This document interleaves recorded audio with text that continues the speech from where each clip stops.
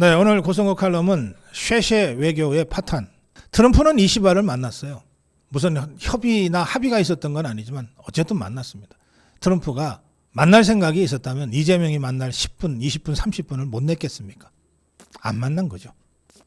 트럼프가 일정을 단축하고 이란 이스라엘 문제 때문에 급하게 귀국한다고 했는데 트럼프와 양자 회담을 하기로 예정이 돼 있었던 이 한국은 트럼프가 급하게 귀국한 사실을, 그래서 한미 정상회담이 무산됐다는 사실을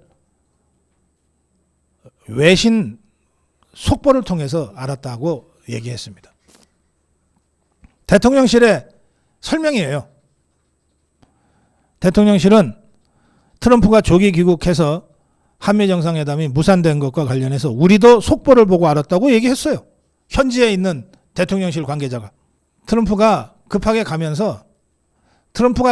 돌아가서 한미 정상회담이 무산됐다는 사실을 한국 외교팀이 몰랐고 미국도 사전에 이러저러하니까 야, 예정됐던 한미 정상회담 하기가 어렵게 됐다, 미안하다, 양해를 구한다, 이런 얘기도 없었다는 거예요.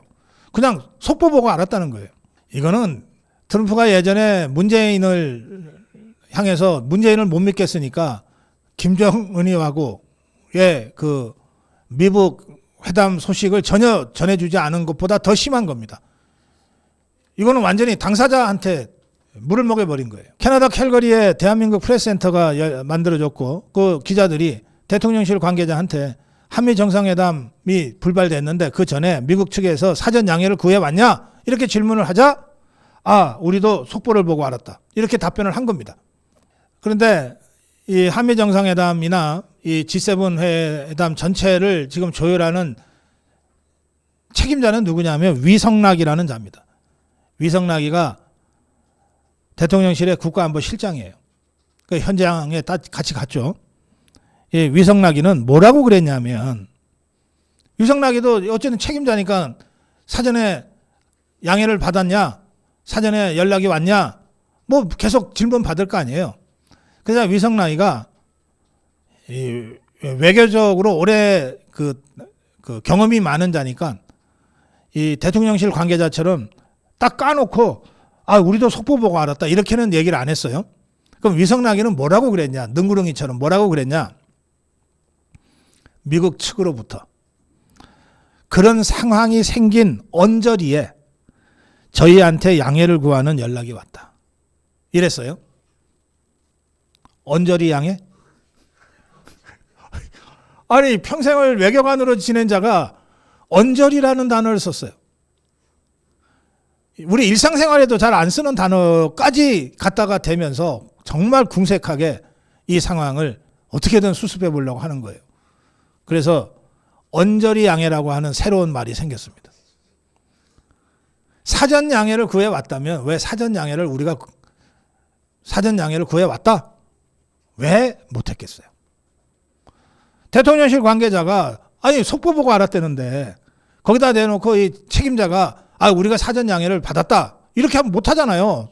그럼 둘이서 대지신문 해야 되니까.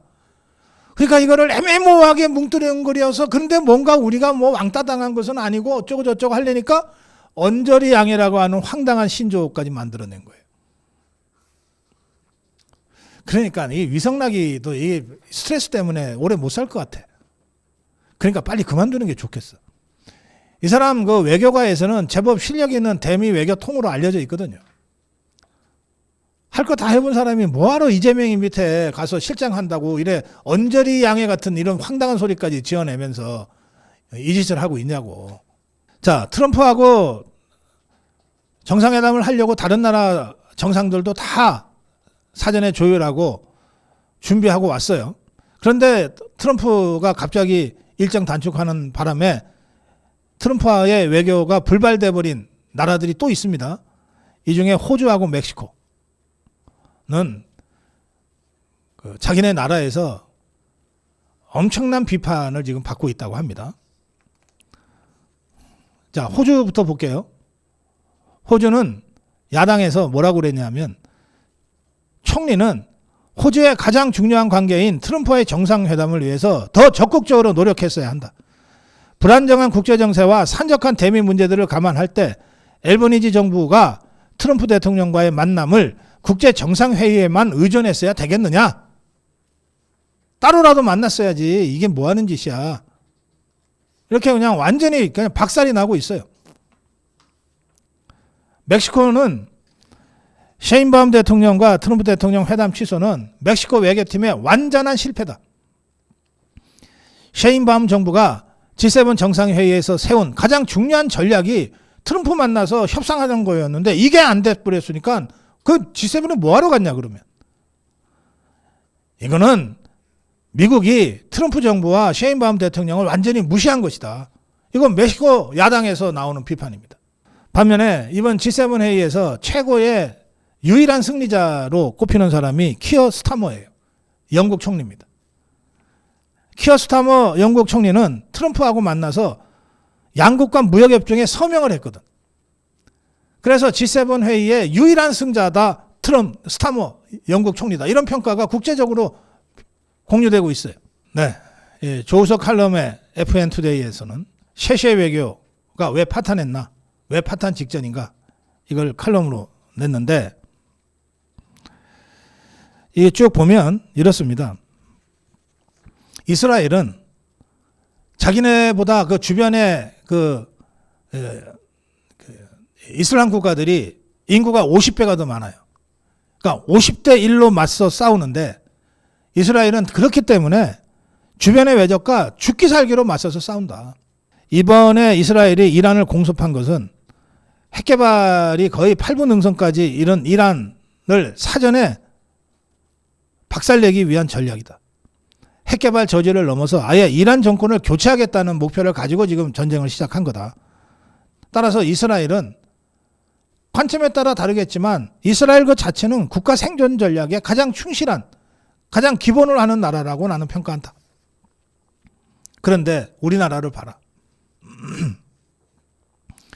지난 30여 년 동안 대한민국이 걸어온 길은 이스라엘과 정반대 길을 걸어왔다. 우선 노태우. 북한의 사기 전략에 말려들어서 미군의 전술핵을 스스로 철수시키지 않았냐. 노태우 정부 때 전술핵이 철수됐거든. 그 다음에 김영삼. 북한이 한창 핵폭탄 만들고 있는데 그 와중에 취임사에서 어느 동맹국도 민족보다 더 나을 것 없다. 이런 헛소리를 했다. 김대중은 아예 사기를 쳤다. 북한 핵은 개발한 적도 없고 능력도 없다. 내가 책임진다. 이거 완전 사기지. 최악은 노무현이다. 북한의 핵 주장에 일리가 있다고 대한민국 대통령 자격으로 얘기를 했다. 노무현이는. 그러니까 대한민국은 죽지 못해서 안달이고 노예로 살지 못해서 아주 환장한 국민으로 보였을 거다. 외국 사람들한테는. 따라서 지금의 쉐쉐 그리면서 외교한답시고 나서고 있는 이재명이는 이런 풍토에서 자라난 악의 꽃이다. 왜 우리는 자기 운명을 스스로 개척하려 하지 않았는가? 이승만 대통령, 박정희 대통령까지는 그 견지해 왔던 자강의 원칙을 왜 우리 스스로 버렸는가? 그러면서 맨 마지막에 참고로 이스라엘의 핵무기 전력을 얘기합니다. 이스라엘은 현재 80기 이상의 핵무기를 보유하고 있다. 그러나 핵 보유 사실을 긍정도 하지 않고 부정도 하지 않는 NCND 노선을 견지하면서 더욱 존재감을 높이고 있다. 당연히 핵 확산 금지 조약 NPT 가입도 거부하고 있다. 그런데 대한민국은 모든 면에서 이스라엘과 비슷하면서 또 모든 면에서 이스라엘과 정반대 길을 가고 있다. 그 끝에 이재명 종북주사파 개딸 정권이 있다. 네, 오늘 고성국 칼럼은 이재명 쉐쉐 외교의 파탄입니다. 이게 끝이 아니고 시작이라는데 문제의 심각함이 있습니다. 어떻게 세운 나라고 어떻게 지켜온 나라인데 여기 와서 우리 때에서 대한민국의 명줄이 끊어지는 이 절체절명의 위기를 맞게 됐는지 정말 반성하고 성찰하고 다시 일어섭시다. 네, 오늘 고성국 TV 아침 정규방송은 여기서 마무리 짓겠습니다. 내일 아침 8시에 여러분 다시 뵙겠습니다. 고맙습니다.